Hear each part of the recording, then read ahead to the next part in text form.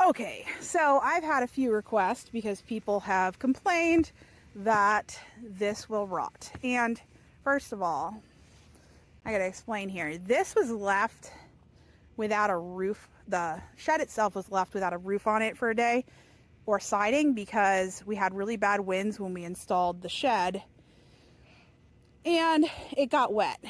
And so that has caused some leaking. We also had leaking because this base was built slightly larger than the size of the shed, which was my mistake.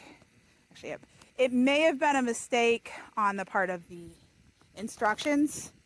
Regardless, I'm not 100%, but as you can see, it did rot, but it is not because this has been touching the ground. So just to show you, you can see that this wood right here is not in contact with the ground.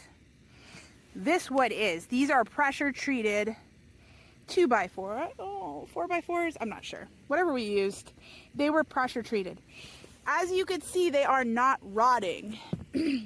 Now, ideally, you would do something a little bit more, what's the word I'm looking for?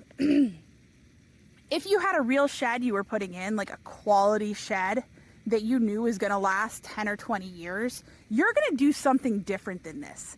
This was a shed base for a shed that was meant to last a few years. Like, it is not a shed that lasts forever.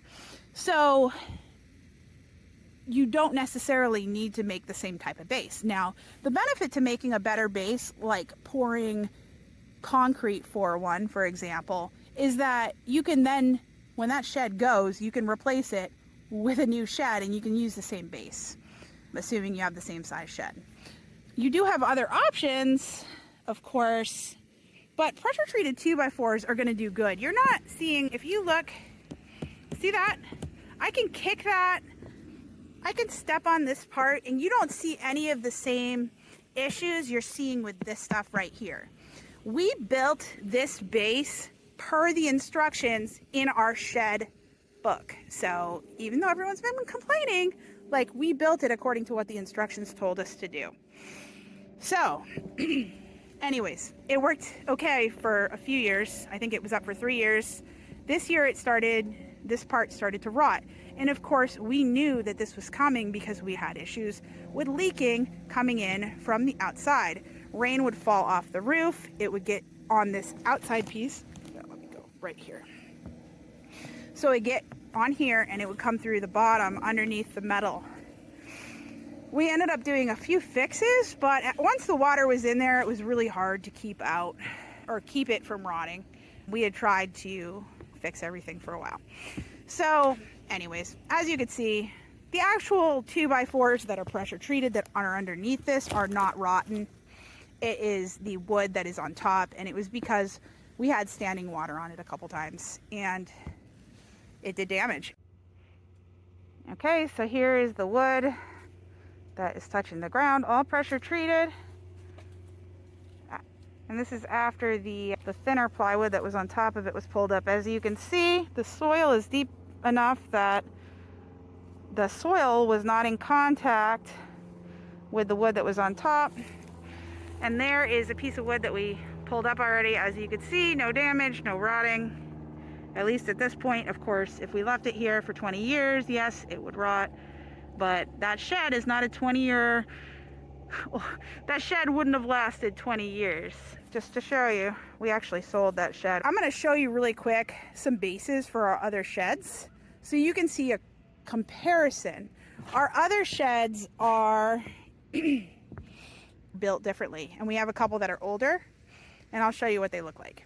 Alrighty, we're going to go to shed number 2. This is the shed that we just renovated into my new she shed, and this has been up since 2003, I believe. That was the best we could come up with for a date from Google Images.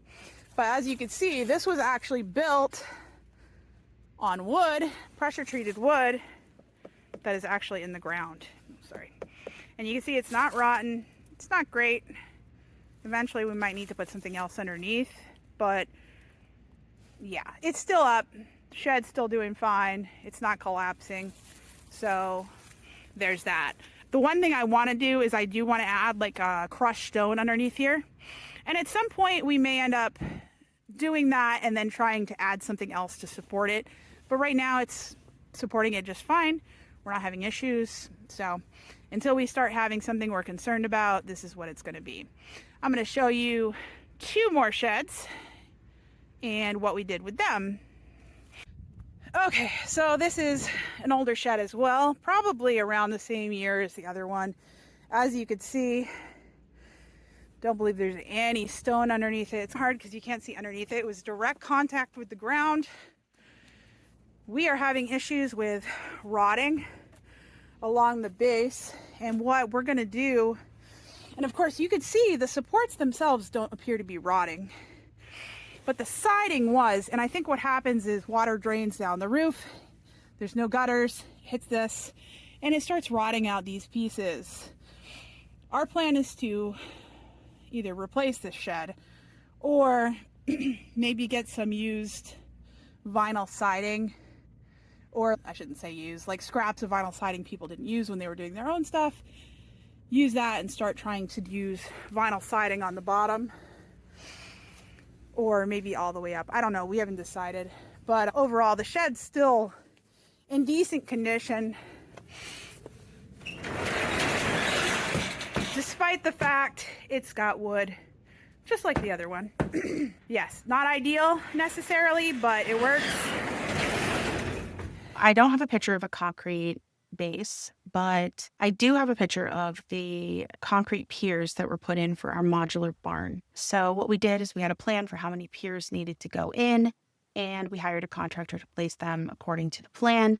And then we had a modular barn brought in and dropped on that spot. They also put some gravel down, some stone dust for any area where there was going to be wood touching the ground. I hope this was helpful. Thanks so much for watching. Make sure to check out my blog, DIYDanielle.com, for more information about this.